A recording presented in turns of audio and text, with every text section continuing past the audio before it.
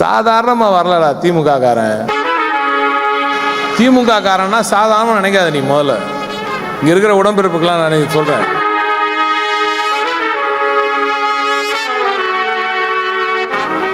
பலவீனமான மனம் கொண்டவர்கள், பெற்றோர்கள், இவங்கெல்லாம் இதில் பார்க்கக்கூடாதுன்னு சொல்லுவாங்க பாரு.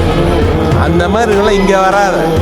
உனக்கு இது வேலை கிடையாது, புரியுதா? இங்கே இருந்தால் இறங்கி அடிக்கிற மட்டும் தான் வேலை. இந்த இனத்துக்கு இந்த மண்ணுக்கு ஏதாவது ஒரு பிரச்சனைன்னு வந்துச்சு, அங்கே நிற்கும் முதல் ஆள் திமுக தொண்டனாகத்தான் இருப்பான். அதற்கு ஏற்ப தெம்பு, திராணி, தைரியம் இருந்தா இங்க வா, இல்ல வராத. இன்னைக்கு நாங்க ஆட்சியில் இருக்கிறோம்னு பேசல தம்பி. நாங்க ஆரம்பத்திலேருந்து ஆதி காலத்திலேருந்து இதே பேச்சு தான் பேசுவோம்.